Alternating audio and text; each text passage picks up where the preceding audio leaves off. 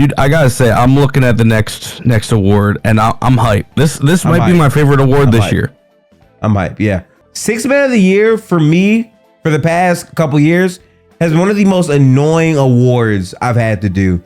And the reason why is I feel like every year it's how many points per game off the bench. Okay. You're the highest. Yep. It's you. And like, I get that. I do get that. But I kind of wish we gave more love to guys that, you know, filled the role and played a more complete game and also scored. I feel like the impact off the bench should be Sixth Man of the Year, not just points per game. And I gotta say this, my top three, I think there's a clear top two. For me personally, as good as Malik Monk is, Naz Reid is my Sixth Man of the Year. I say this because he's been one of the best bigs in the association. Positionally, he's been a net positive in any lineup that he's pretty much featured in. The 3-point shooting on volume has been spectacular for Naz Reid. But more than anything, at the end of the season, when Karl Anthony Towns goes down, a lot of people said, is this the end of the Timberwolves? Look at the games they have left. They have a bunch of competition left. He comes in and instantly steps up. Multiple 30-point games, multiple big games against teams like the Lakers, teams like even the Clippers, where they were down by 20 plus some points. Then he comes in the game, shifts everything. They wind up blowing out that same Clippers team, right? We saw him down the stretch really step up without Karl Anthony Towns there. But even when Cat is there, he's just such a glue guy that fits in any lineup. He plays great defense. He's a positive in pretty much every metric that I look at. And I just feel like he deserves some love in this. I feel like Monk definitely is in that conversation as well. I'm gonna get to him, but I got Naz Reid number one, man. Yeah, look, I guess spoiler for my list, I also have number one. I think he narrowly stole it from Malik Monk, who I also have second. Yeah. In this running later in the season, of course, Monk went down with an injury, which stinks. But I mean, everything you said is true. I'll go one step further. Not only is Naz Reid so stinking good at every facet seemingly of the game, such a great fill-in for the T-Wolves, I think he's Karl Anthony Towns' replacement. I know I told you that before, but look. You did, yes. Look, we know how good Cat is, and this is not really a shot at him. But what I'm saying is, Naz Reid has not shown you the production yet, but I look at his game and I say, what can he not do that Cat can? And we know Cat's one of the most gifted big shooters of all time. Naz Reid is pretty good. Like, he doesn't have a whole lot of fall off. And that's, I think, like kind of the distinction this year with the award is who has been the guy you insert in a starting lineup or, you know, have come off the bench with whomever he's playing with, and you're not seeing any fall off, or you might even see some gain. And I think in many games this year, with Cat being injured, Naz Reid was not even a neutral, was a clear positive for their team. Yep. For an offense that has been stagnant at times, that's been, you know, I think over-relying on Anthony Edwards' hero ball, and sometimes they're looking for an answer. And Naz Reid at multiple times has been that answer. So, I think he's an easy number one. Yeah. The thing that made me give him the edge over Monk, which I'll get into, is because Monk's injury down the stretch led to Naz Reid playing a bit more games. I thought it was close, and I also just, you know, think for all of his positives, I think he deserves some love because of that. But make no mistake about it, what Malik Monk has done for the Kings in terms of his playmaking jump has been spectacular for the Kings. I mean, he is the definition of a tough shot assassin. Trust me, I know this. I literally have a game winner etched in my brain this season where the Warriors are up 20-something points for the entire second half.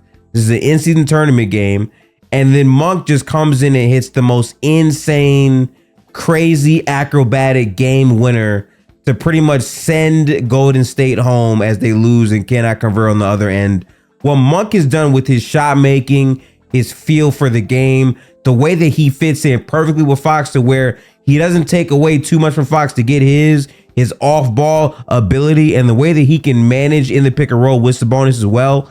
Monk's been spectacular. So he should be right up there with Naz Reid. I slightly give him the edge, but again, for me, a lot of it comes down to games played, how he was hurt at the end of the season. But Monk's been spectacular, man, truly. Yeah, I mean, you look at a guy who steadily improved each season, had a kind of a slow start to his career. I mean, I think I saw everything I need to see to be a believer last year against your Golden State Warriors. Yeah. When Sabonis was having a horrendous series, and aside from Fox, the Kings were kind of just looking for answers. Monk was the answer. He and Fox, whether Fox was sharing the floor with him or not, Monk was almost a solo act at times. We know, like, obviously good outside shot, like really great creator, but he was making some of the toughest finishes against a stout defense look completely poised, comfortable, no moment was too big. And that, of course, was on a team that hadn't seen the playoffs in, 15 years, 17 years? I forget what the number was. Very long time. So he was, a hero in Sacramento fans' eyes and beyond deserving. And I think that composure carried right on to this season. He looked great. Did everything, that we saw in that series last year continued on. You mentioned the playmaking boost. A guy like Davion Mitchell has been, kind of a struggle as far as his development offensively. And then you got a guy like Monk who's like, okay, look, I get it. Fox needs to breathe and can't do everything here from the guard position. I can carry the weight. And that's what Monk did this season. Yeah, I mean, you said it. Great player. Had the award for most of the season. Unfortunate injury is the reason why Reid got to show off a little bit more. I will say I cheated, and I put 2 more players here. So I have a third and a fourth. And honestly, these 2 guys also had real contention, real striking distance. I could move them up the ladder and not feel that bad about it because I think they're on 2 contending teams themselves. They have played like starters or have been starters in their careers before and have just been vital to 2 teams. And funnily enough, have kind of been not only contenders, but kind of disappointing. And they've been some bright spots for their team. So first and foremost, I'm saying Bobby Portis. We know about the Bucks' struggles this year. Bobby Portis has been, I think, one of the few bright spots, not only in production, but keeping a consistent vibe. We know Coach Griffin was dismissed, having 30 wins. Doc Rivers comes in, and it, let's just say, hasn't been pretty. It's been under 500 basketball, and they're a team that is not that far removed from a championship, but somehow seeking an identity. And all I can say is, like, at least they've got Bobby. Like, Milwaukee fans can be happy about that. I'm gonna just say my fourth guy real quick. Again, kind of a team that started off really, really good, had a stretch, probably like 25, 30 games into the season where we were calling them a contender in the West. Okay, now they've got. Wait, what did you say? May I guess? Yeah. Norman Powell. There you go. Yup. Yup.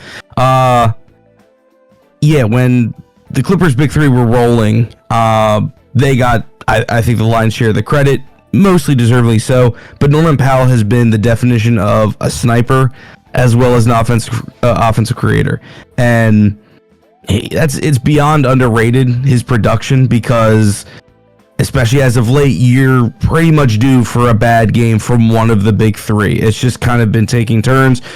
Kawhi's knee, of course, is something, especially as of late, is a concern. Norman Powell is normally in closing lineups because there's really seemingly no shot he can't hit, no moment too big. We know he's been on an NBA final stage before. He's been in multiple playoff runs. He's just been really good. He's really good. He would fit with a lot of teams.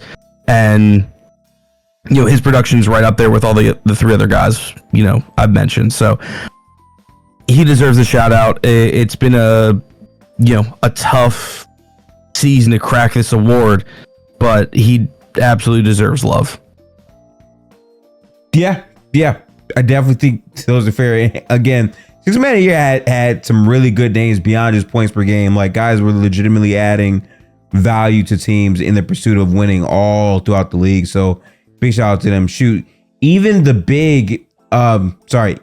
backup big off of the bench, I believe Mo Wagner for the Magic has been huge for them this season off the bench. So I mean, We've seen a lot of great improvements from those guys. I think that's huge, but it's time to move into one of the needle mover awards, Derek. Are you ready?